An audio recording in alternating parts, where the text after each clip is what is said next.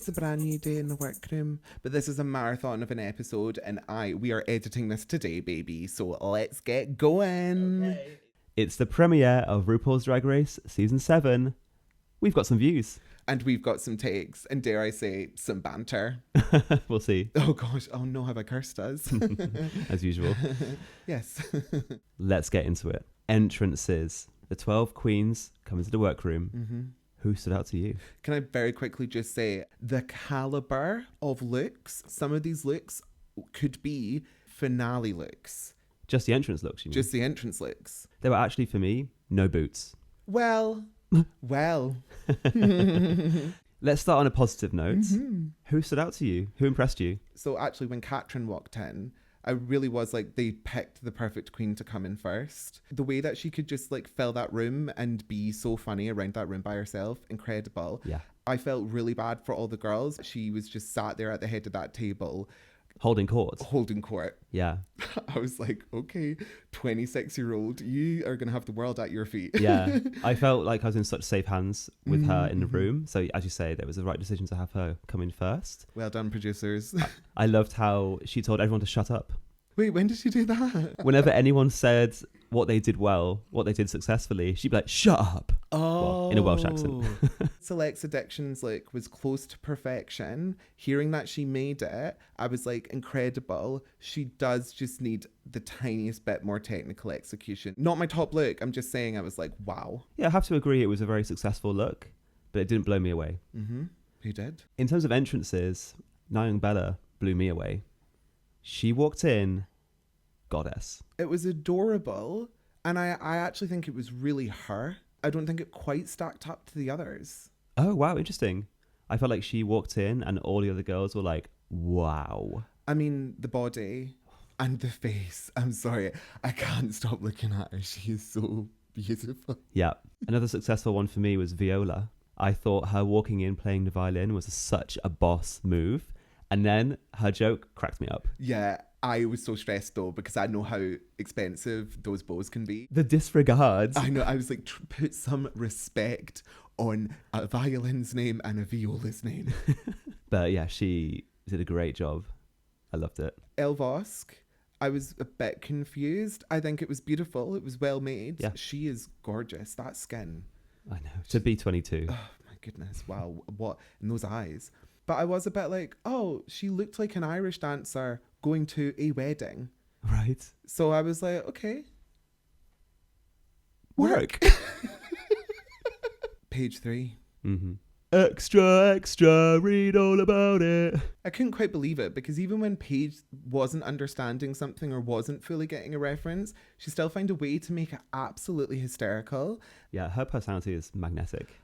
Another one I felt very safe with. So charismatic, I couldn't even believe. And then we'll talk about boy looks in a minute. We will.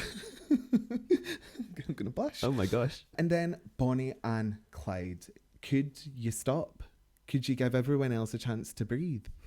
She even brought her a mirror so everyone could see her twice. That was so camp. I loved it. Because they couldn't see her face from the sides because of that, whatever you would call it. And they were like, show us your face. And then they actually got the camera angle of her in the mirror. Flawless. And that was her entrance, like, and that's like better than like so many things I've seen go down that runway ever. We have to mention Bones. Oh yeah.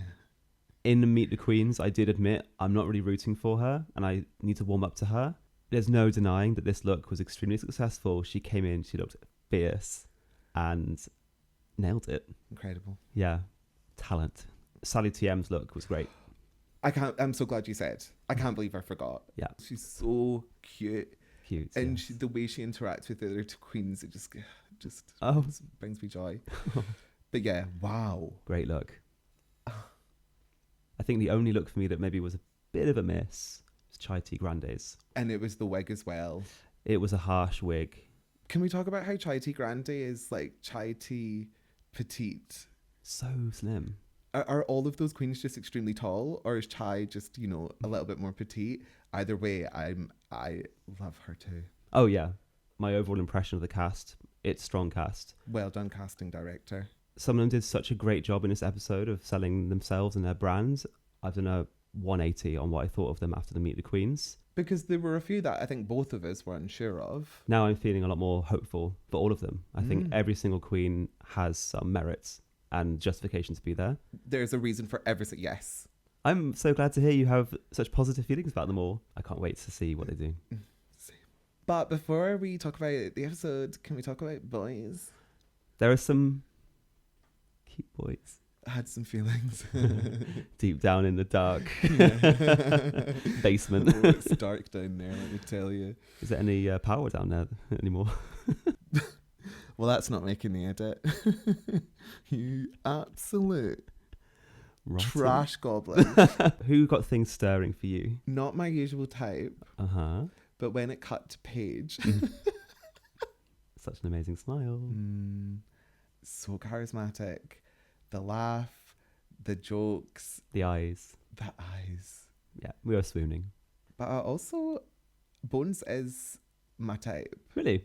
Yeah, because you know, the dark eyes, the really lovely golden complexion. I don't know, I'm just like, oof. I was also impressed. He's a very handsome man.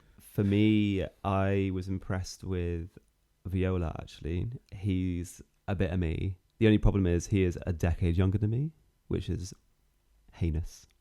Yuck. Oh my God, okay. But he's just my type. I didn't know that. Love his hair.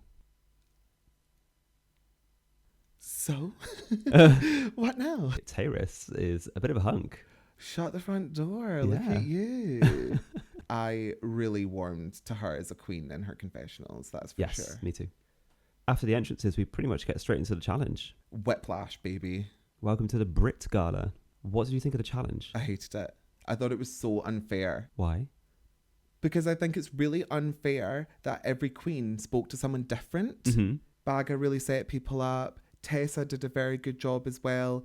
And then I thought Plain was so combative that it was really unfair because Plain doesn't have any stakes. She's got no skin in this game, right? Yep. Those queens, this is what they've been waiting for years to do. Yeah. And it was so unfair. And I thought Terrace got a really raw deal. And I thought RuPaul was very unkind in his interpretation of what was happening to Terrace. I agree with you, but on the other hand, the winning queen was interviewed by Plain Jane. Because Plain Jane was more of a challenge, as you say, the queen who handled it really well ended up winning. You're right. She did an amazing job. And what I thought in my head was, this is a kid that was reared on Drag Race. Mm-hmm. So naturally, instinctively has all of those things inside of them. But also I think she seems like such a kind person to me. Elle Vosk seems like an actual kind person. I think Elle Vosk's kindness is the perfect foil to Plain's combativeness. Nailed it. Okay. Oh, full body chills. And my hair touched the microphone. It's all right. Yeah. Yeah, because they're such opposites at their cores. And I am saying that Plain Jane is rotted to her core. Oh, fundamentally. That it was a really good pairing. Yes. That's why it worked. I think the challenge was unfair as well. It was a personality challenge, but it was sold to the queens as a look challenge because they were told to wear a dress for the Met Gala and then do this slow motion photo shoot, which is obviously what's famous about the Met Gala. When I think of the Met Gala, I do think of the looks. Are there interviews with those celebrities? There must be some content from people talking on the red carpet, but that's not the main thing about the Met Gala. Okay, yes, you're correct. It's the looks. Yes. All the queens who were in the top, it was because of their personalities more than their looks. They even acknowledged that one of the top queens, her looks were not good. Catherine's, yeah. Whereas some queens who brought exceptional looks were just safe because they didn't bring the personality that was needed for the challenge. Okay, good point. I just don't think you can evaluate every single queen in, a controlled environment. If you give all of them different scenarios, that is what happens when you have 5 different options and not every queen does every option. So yes, you can absolutely say that Elle was much better with Plain than Terrace was. But then how would the other queens stacked up? Would some of them have been worse than Terrace? I think so, actually. Yes, yeah, likely. To summarise the challenge, queens were rewarded for being likeable, punished for being awkward, and the quality of the looks was ignored. Yes. What a crazy challenge. Stressful for me to engage with. Now the queens are back in the workroom, de-dragging, seeing each other for the first time, and there's a few interesting interactions that happen. Yes, very poolside. Yes. very, can I just have a word with you over there? This is what really, really, really made me warm to Chai, especially. Chai seems very realistic and assured in the self and is willing to put the work in and put themselves out there. And then other people are comparing Chai to the other Soho queens, even some of the other Soho queens themselves. And I think that's unfair. Yeah. That was probably the shadiest part of the episodes. And it's a shame because Bones was just stating a fact. Yes. It did come off shady. At least Bones She caught herself. She caught herself. She didn't mean it in that way. And I'm glad she did. And I told you, I think she's very mature and realised immediately, I see how that sounded. What was it you said? Self-obsessed? Possessed. Self-possessed. Bones, Cindy, this is Bones. This is a skeleton. I loved it when Bonnie and Elle were talking about how the drag scene in Ireland and Northern Ireland is a lot more lighthearted. People there just have a good time. That's more important, like having a good crack. Whereas they were comparing it to British drag or GB drag, which is a lot more like, oh, we're models, we're beautiful, we're flawless, and take it too seriously, perhaps. I think it was really good foreshadowing for the outcome of the episode. Oh, yeah. I think they were talking specifically about London drag. Yeah. You can't say all of England is London drag. People do that, but it's not. It would be like saying the entirety of America is New York drag. We know that's not true. True. You've got a Welsh queen there who is so unserious. So unserious. Yeah. And remember Lawrence. Yeah, Come exactly. on. I think all Scottish queens are just tits in wigs. So is that my new nickname? Tit in a wig. Just a tick, so I don't need a wig. True. Before we get into the runway, I think each week we should have a little chat about the guest judge. Absolutely. Mm-hmm. What did you make of Joel Dommett? I think if they're going to allow a straight man into the studio, onto the judging panel, then he better be shirtless. That was a smart move. And I was living for all of his jokes failing and every other judge just being like, that was pretty weak. Like, this man is a comedian. It was giving Joel McHale in season 11 and Michelle was over him. I fancy him. He's a dilf. Yes. Yes.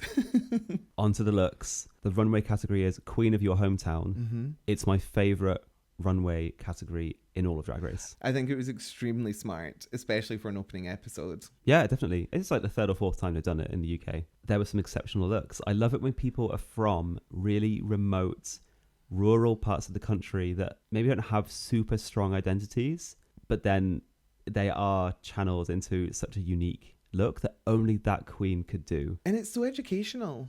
Yes. I was like, okay, learning. This is how Ru learns about the UK. He's like, the Eden Project. Let me just quickly Google that. I didn't know that was happening. Any standout looks for you? Something that stood out to me in not the best way, Hmm. although I did like Terrace's look. It was very much giving look first, concept after. It's almost like Terrace said, how can I make this happen? Yeah. How can I wear something that's this cool and funky? And then found the most random thing. Yeah. And it really was like, there are so many other things that can be done with Brighton. Yeah, it was a miss for that reason, Mm-hmm. mainly. A queen who had the opposite problem to Terrace, who had an exceptionally good concept, but with poor execution, was Pasty. To do an Eden Project inspired drag look is inspired. I was so here for it. I love like those Venn diagram references, like what else could possibly fit in there? Exactly. There's no way this could ever exist in any other Drag Race franchise, in any other competition in the world. However, subtlety does not work in Drag Race. If you've got a reference, and especially one about a rural part of England, you have to smack RuPaul and Michelle around the face with it. They want to be spoon-fed. They're so lazy. Yeah, but people know that by now. It's no surprise. So unfortunately, this look was a miss. But as I said, I love the concept. I think Pasty's just such a smart queen that she wants to attribute intelligence to other people. And maybe that's part of her downfall. Maybe. I will say I really liked Bones' look. Not like the highlight of my night, but the way that she sold it as well. The walk, it really was giving Victoria Beckham IDGAF. It was so fun to me. And I know those people, being from a small town place myself. Yeah. I know those people. That look was phenomenal. So funny. I was floored, actually. That was like, it was technically brilliant as well. Yeah. Oh, yeah. So flawless concept, flawless execution. Like, claps. The hair as Amazing. well, like Yeah, it was all the so braids. funny. Yeah. It was just cracking me up. It was I exceptionally good. I've seen these girls. I was really impressed with Chai Tea Grande's look. Okay, yes, That really came out of nowhere. I thought it was really powerful. yes. Like, and I hadn't realised until the second look that it was the Thai flag from the front and the Union Jack on the back. Yeah. And then the beautiful sort of headpiece and the gold. I And was just like, her, just yeah.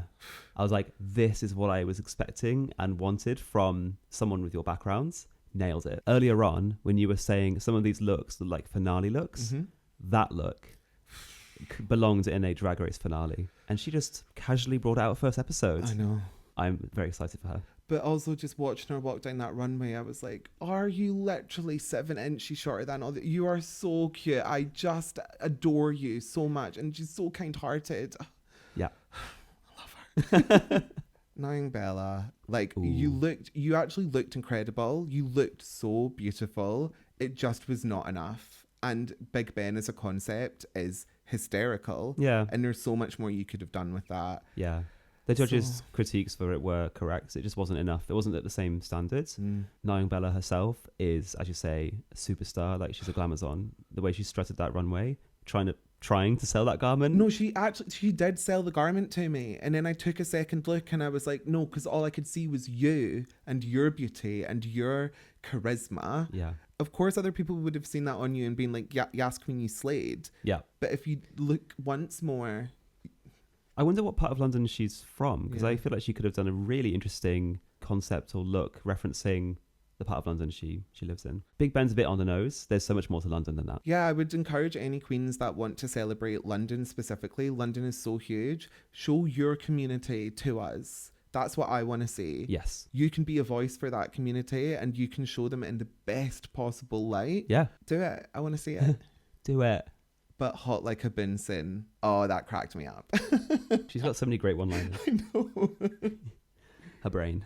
The queens have walked the runway. Now onto the judging. We've got our tops and bottoms. Did you agree? No, I didn't agree because I was trying to wrap the whole episode up together and I also gave equal weight to the maxi challenge and the runway look. The judges didn't. And that's why I disagree. So who was shafted in your opinion? It's not that I think someone was shafted. I do think Elle did a phenomenal job in the maxi challenge. That wasn't my favourite runway. Agree. And I couldn't see why they were so obsessed with it.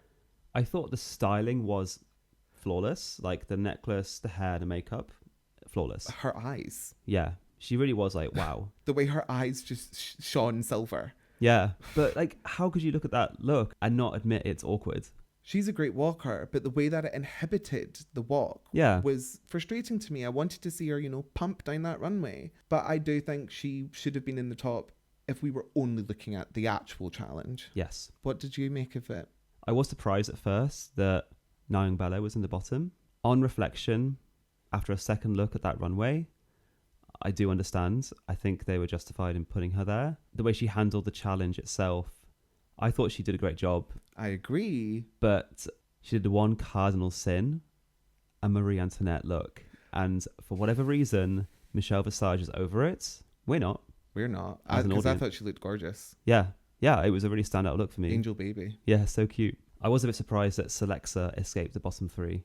I concur. I'm really over the one note humour. And it's episode 1. So really, really am rooting because I think Selex is actually incredibly talented. Oh, no doubt. Yeah. Like sensational. Yes. But I worry, I sound like Michelle. So worried. I worry that that's all we're going to hear from her. As I said in the Meet the Queens, it's just a bit tired by this point. We've heard it 1,000 times before.